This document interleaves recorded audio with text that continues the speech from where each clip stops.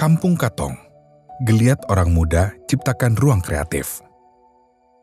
Oleh Lilik HS. Tangan Citra Hutami dengan cekatan meracik aneka bumbu, memotong bawang dan cabai, mengupas buah asam, lantas ia memasukkan ikan palumara yang telah dibersihkan ke dalam panci. Ikan segar yang disajikan dalam kuah asam pedas itu cukup menggugah selera. Citra juga mengolah buras, terbuat dari beras ketan yang dimasak dengan santan, dibungkus dengan daun pisang, lantas dikukus. Di hadapan pengunjung yang memadati halaman Gedung Pusat Perfilman Negara atau PFN di Jalan Otista, Jakarta Timur pada malam itu, Selasa 24 Oktober 2023, Citra ditemani oleh Musika Syam mengisahkan cerita di balik masakan ikan kuah asam, salah satu menu andalan warga di pesisir Labuan Bajo. Citra, Mustika, dan beberapa anggota komunitas video G hadir dalam acara Pekan Kebudayaan Nasional yang diselenggarakan oleh Kemendikbudristek RI. Di Labuan Bajo, Citra dikenal piawai mengolah resep makanan. Ia sendiri lulusan sekolah masak di Yogyakarta. Ikan kuah asam yang diolahnya malam itu merupakan salah satu menu yang ada di buku Resep Tetangga, kumpulan resep masakan warga pesisir Labuan Bajo. Kumpulan 64 resep dari Labuan Bajo yang malam itu juga dipamerkan merupakan salah satu riset yang digagas oleh komunitas video G, salah satu anggota konsorsium Kampung Katong, sebuah kolaborasi komunitas muda lintas wilayah di Nusa Tenggara Timur. Didorong oleh kegelisahan menghadapi berbagai tantangan yang muncul di wilayah mereka, mulai dari stereotip jauh dari kemajuan yang membuat orang-orang muda enggan untuk bangga menjadi bagian dari masyarakat adat dan komunitas lokal, mereka berjibaku merebut dan mengembangkan ruang kreatifnya sendiri. Kampung Katong adalah sebuah program yang dipimpin The Indonesian Institute for Forest and Environment atau RMI, organisasi yang berfokus pada isu pengelolaan sumber daya alam dan lingkungan, berkolaborasi dengan 3 komunitas lokal di Nusa Tenggara Timur. 3 komunitas ini adalah kolektif video G yang melakukan swadaya informasi atau pengadaan arsip pengetahuan warga. Salah satunya dengan membuat buku resep pesisir di Labuan Bajo, Lakowat Kujawas, komunitas kewirausahaan sosial anak muda di bidang kearifan budaya, mendokumentasikan resep molo yang ada di sekitar kampungnya di Timur Tengah Selatan, dan Simpasio Institute yang mengumpulkan arsip-arsip sejarah budaya Melayu Larantuka. Ketiga komunitas orang muda ini dipersatukan dalam spirit yang sama, yakni berkarya di kampung serta mengangkat kearifan dan budaya. Mereka bisa dipersatukan dalam benang merah kerja-kerja pengarsipan. Perlahan, orang muda merebut ruang, merespons persoalan yang ada di hadapan mereka dengan topik dan metode-metode yang kontekstual di wilayahnya masing-masing. Semua dilakukan dalam semangat dekolonisasi. Kampung Katong, arti harafiahnya adalah kampung kami, yang berarti semangat kerja bersama untuk membangun kampung. Program ini dilakukan sejak Desember 2021 hingga Oktober 2023 dengan dukungan Voice Global.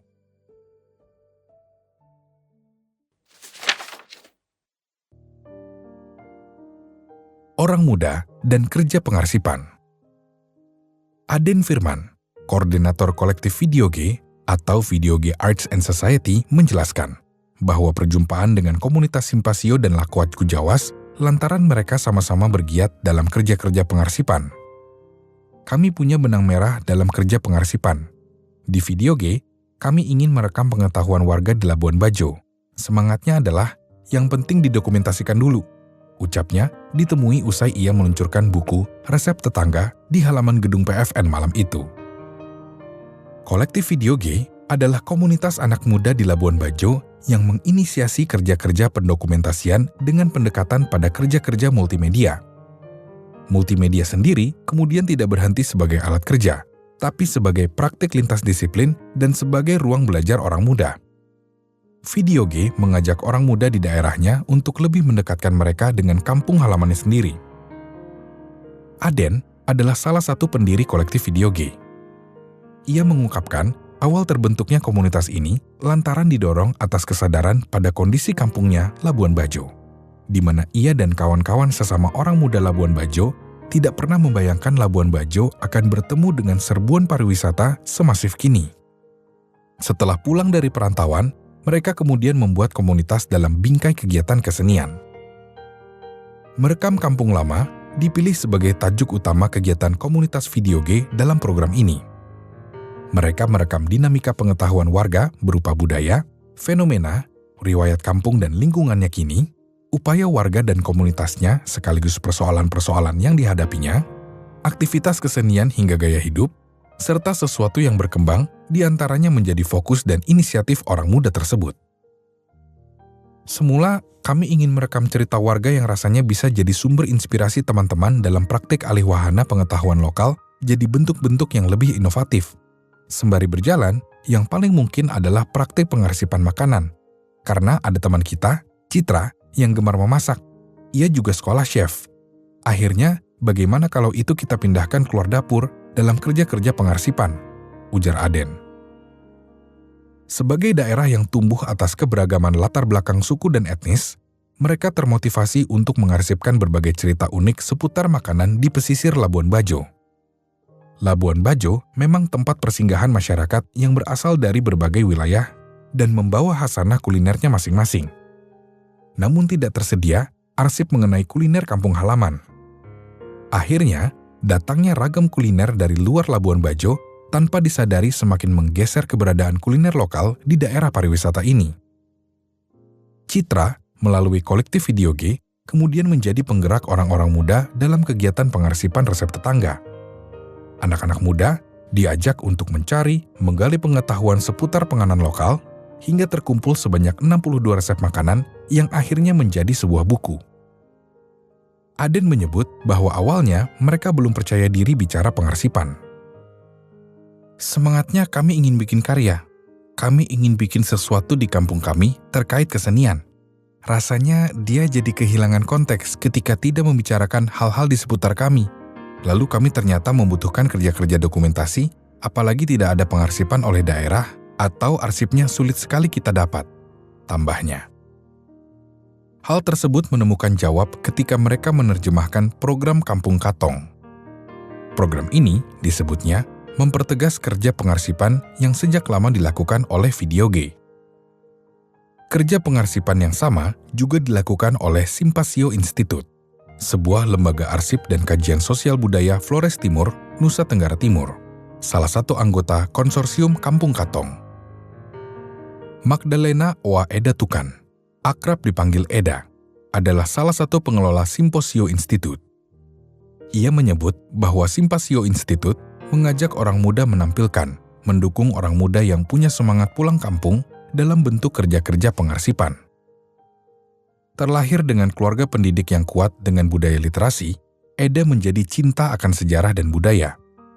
Setelah lulus kuliah di Jakarta, bersama keluarganya, ia mendirikan lembaga arsip dan kajian bernama Simpasio Institute sebagai tempat belajar bagi orang-orang yang ingin mengenal Larantuka, kota pesisir di ujung timur Pulau Flores.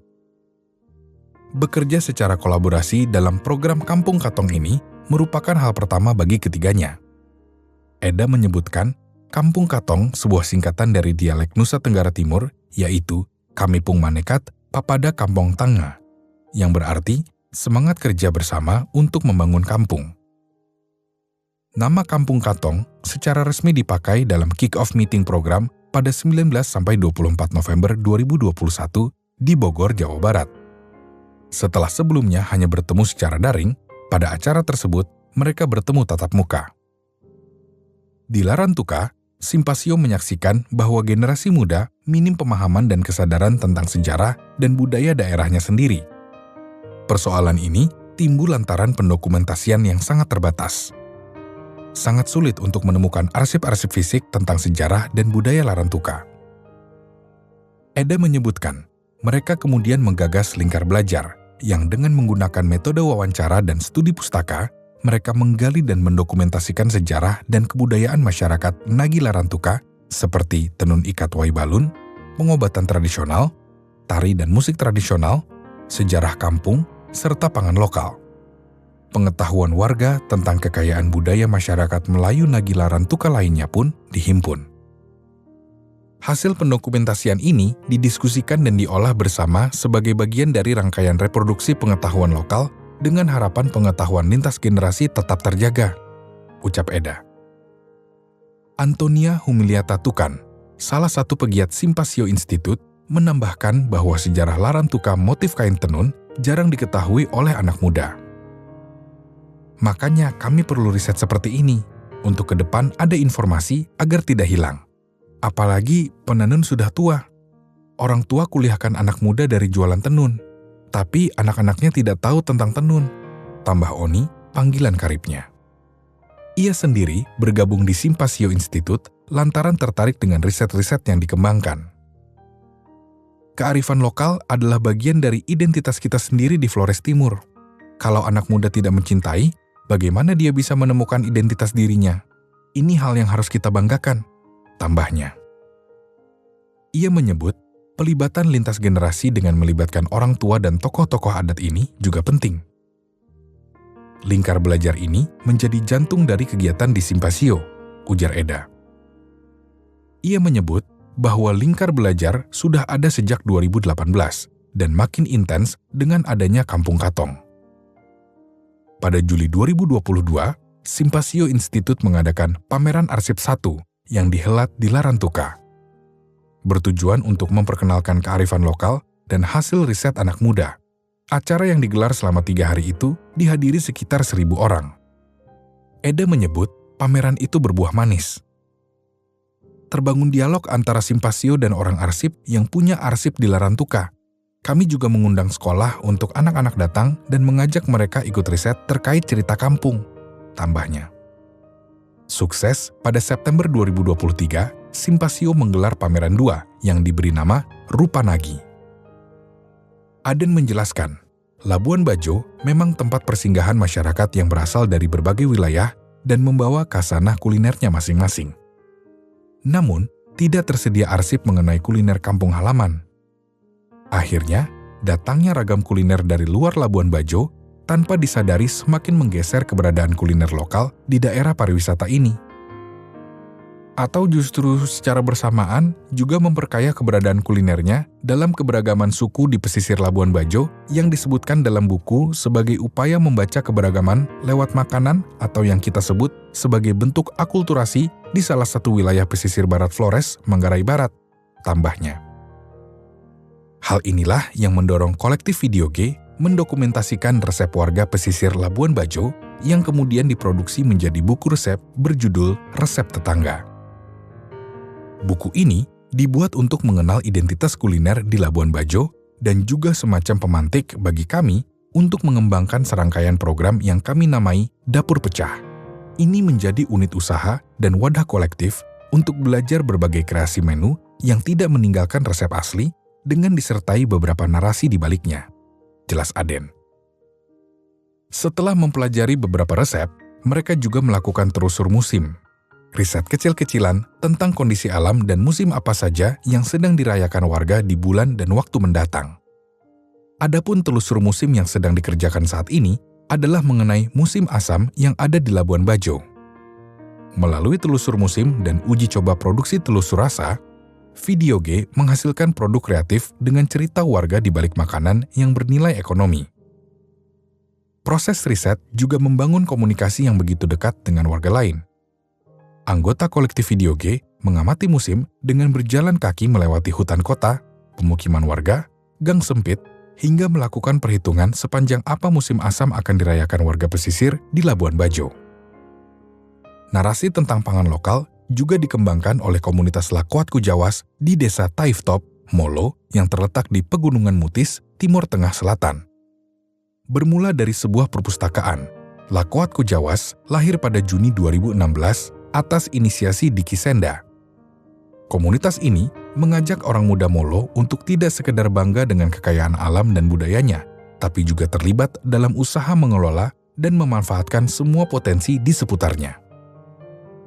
Mereka lantas melakukan pendokumentasian sejarah kampung, motif tenun, asal-usul marga, rumah tradisional, dan pangan lokal. Nama Lakoat Kujawas sendiri terinspirasi dari nama buah yang lekat dengan masa kecil kanak-kanak Molo, buah lakoat atau lukuat, dan kujawas atau jambu biji. Upaya menggali dan mengumpulkan pengetahuan dan tradisi lokal ini merupakan salah satu kegiatan Lakhuatku Jawas lewat Skoltamolog. Skoltamolog atau sekolah budaya merupakan sebuah ruang pendidikan alternatif bagi orang muda Molo untuk menelusuri kembali pengetahuan tentang identitas sebagai orang Molo. Juga ada kelas menulis kreatif untuk anak-anak sekolah. Mereka diajak untuk menggali dongeng-dongeng yang biasa diceritakan, sebelum cerita-cerita tersebut kemudian ditulis dan dibukukan. Kegiatannya tidak hanya berlangsung di perpustakaan Lakhuatku Jawas, tapi juga mengunjungi rumah-rumah warga, menyusuri kampung, atau berkunjung ke desa-desa. Kami mengundang tetua untuk berbagi pengetahuan lokal cara membagi langit, cara membangun rumah adat, asal-usul nama daerah. Kemudian hasilnya dibuat dalam bentuk tulisan, ujar Paselia Resmati Nati, 18 tahun, salah satu anggota Lakhuatku Jawas. Di komunitas Lakhuatku Jawas, orang-orang muda Molo kini punya eksperimen baru. Mereka mengisi waktu senggang dengan duduk bercerita dan berbagi pengalaman bersama para tetua adat. Resi, demikian nama panggilannya, kini duduk di kelas 12 SMA Kristen Kapan, Kecamatan Molo Utara, Kabupaten Timur Tengah Selatan. Ia bergabung dengan Lakhuatku Jawas sejak kelas 5 sekolah dasar, lantaran tertarik ketika seorang teman mengajaknya berkunjung ke perpustakaan Lakhuatku Jawas. Ia meminjam beberapa buku fiksi. Tak hanya buku-buku, kemudian di Lakhuatku Jawas juga ada kelompok kecil les bahasa Inggris yang diajar untuk relawan dari daerah lain, kolega di Kisenda. Kini, Resi menjadi staf magang di Lakhuatku Jawas. Tugasnya adalah membantu staf Lakhuatku Jawas untuk mengerjakan laporan atau membantu mempersiapkan workshop atau kegiatan lainnya. Resi menyebut di Molo berlimpah hasil pangan. Hampir semua kebutuhan hidup bisa dipenuhi tanpa harus membeli. Jagung, jamur, sorghum, umbi-umbian, dan sayur mayur, semua tumbuh subur di halaman warga. Namun, gempuran makanan-makanan instan lewat iklan yang membanjiri sosial media membuat pola makan masyarakat pun berubah. Anak-anak kecil lebih gemar makanan instan.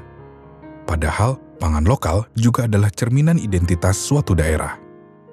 Jika pangan lokal itu hilang, berarti kita juga kehilangan identitas. Lakhuatku Jawas melakukan riset, mencari resep-resep pangan lokal dari seputar wilayah Molo. Mereka mencari bahan-bahannya di kebun atau hutan, lalu bereksperimen dengan resep-resep makanan lokal yang sudah ada. Makanan dari hasil eksperimen dan inovasi bahan pangan lokal itu yang dihidangkan di setiap kegiatan yang diselenggarakan oleh Lakhuatku Jawas. Salah satu yang dilakukan oleh Lakhuatku Jawas adalah menu pangan lokal tersebut diberikan ke anak-anak di sekitar sebagai pemberian makanan tambahan atau PMT. Tujuannya supaya lidah mereka akrab dengan pangan lokal. Ternyata mereka suka dengan menu baru ini, kemudian kembali ke rumah dan menceritakan kepada orang tua. Orang tua di rumah mungkin cuma tahu mengolah dengan sederhana. Dengan resep ini, jadi tahu bahwa jagung tidak hanya direbus, tapi juga dapat dicampur dengan ubi, sorghum, dan lain-lain, ujarnya. Ia menyebutkan aneka resep dari bahan pangan di halaman rumah warga seperti bubur bose maktutu, uik nutnut, lopis, wajik sorghum, puding dari ubi, dan cake dari ubi dan pisang. Mereka mengenalkan bahwa makanan berbahan pangan lokal itu tidak mahal dan kaya gizi. Menu dari olahan pangan lokal itu dihidangkan kepada anak-anak sambil bernarasi tentang apa yang ada di piring mereka. Resi menyebutkan, setelah program Kampung Katong berjalan, kegiatan di Lakhuatku Jawas makin berkembang.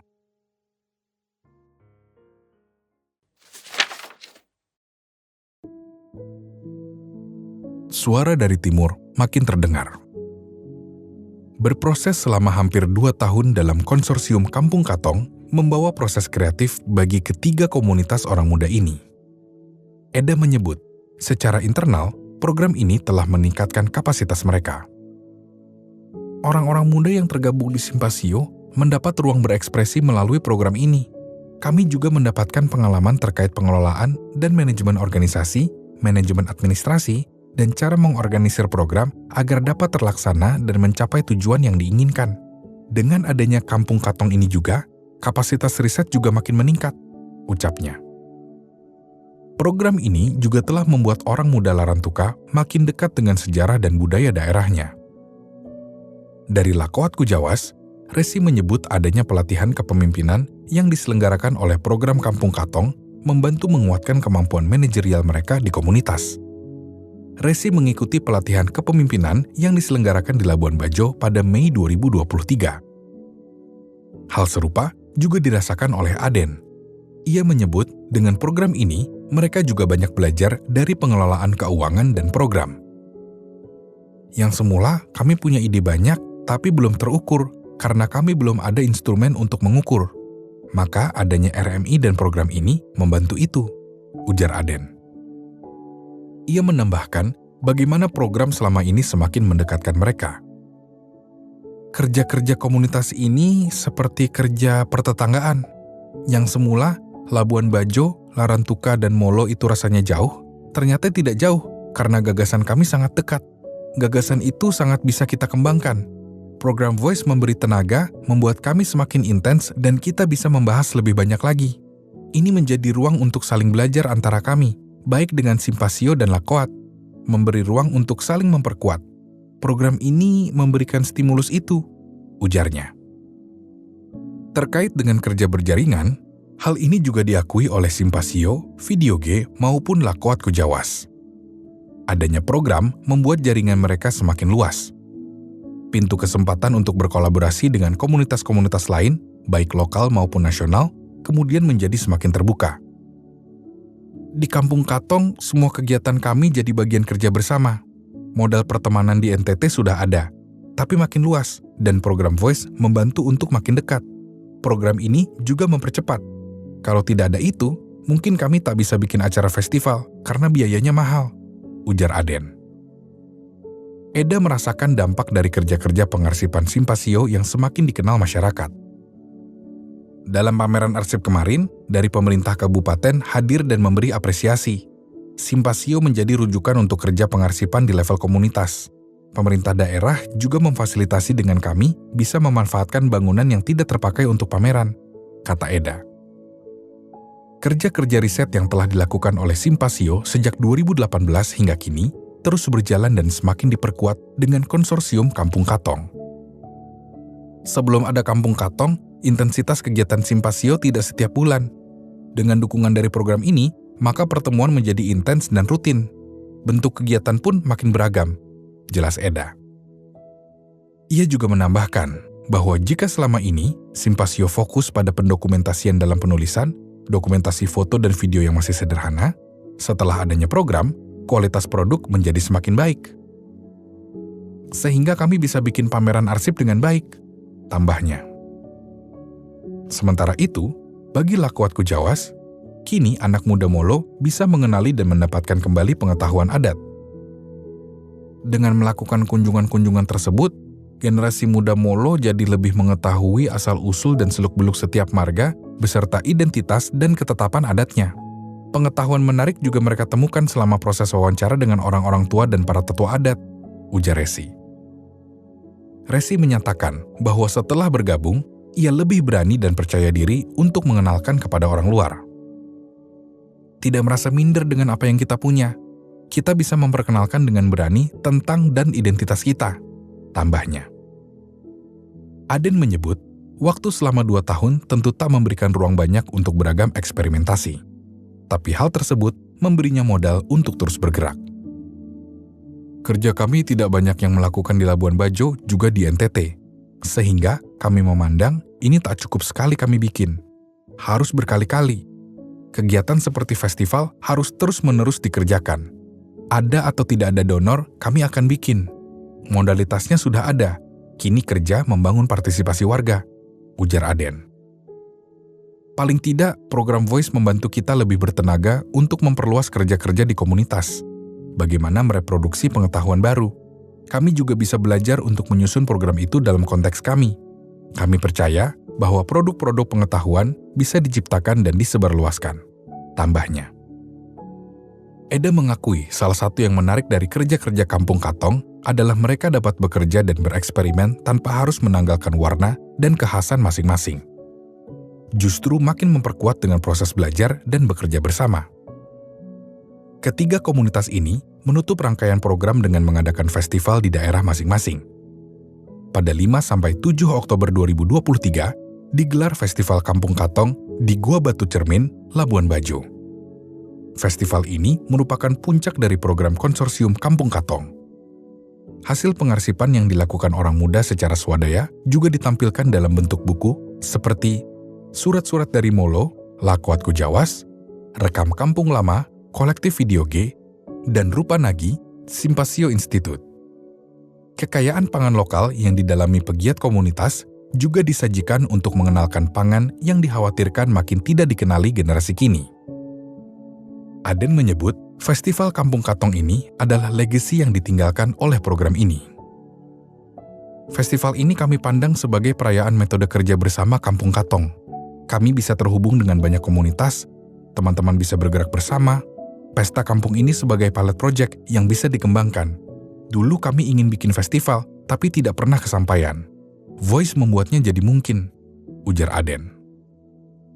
Lakoat Kujawas menggelar festival menyambut musim-musim tanam Tuapah pada tanggal 27 Oktober sampai 4 November. Dihelat di perpustakaan Lakoat Kujawas di Desa Taifop, dipajang aneka karya orang muda Molo. Ada hasil riset, tarian dan drama musikal. Mama Fun, panggilan Marlinda Nau, salah satu warga aktif yang bergiat di Lakoat Kujawas, juga mendemonstrasikan memasak aneka pangan lokal. Festival itu ramai dibanjiri masyarakat sekitar hingga dari wilayah-wilayah lain. Sementara itu, Simpasio menggelar pameran 2 yang diberi nama Rupa Nagi. Pameran tersebut berlangsung selama 2 hari, menggunakan salah satu rumah tua milik warga yang berdiri sejak 1919 di Postoh Larantuka. Pada pameran 2 ini, lebih spesifik menghadirkan arsip budaya Melayu Larantuka. Dalam proses tersebut, mereka juga melibatkan orang tua, tokoh budaya, sejarawan, dan guru sebagai narasumber. Melalui berbagai eksperimen, inisiatif 3 komunitas anak muda dari timur ini kini telah memperkuat pengetahuan lokal sebagai pusat dari identitas mereka. Ragam pertukaran pembelajaran, reproduksi pengetahuan lokal, aneka kerja pengarsipan dan pendokumentasian seni dan budaya telah berhasil memperkuat jati diri mereka. Terus bergerak di akar rumput, dengan melibatkan orang-orang muda, mereka meyakini bahwa pengetahuan dan identitas lokal patut menjadi panduan untuk menjawab berbagai masalah di sekitar mereka.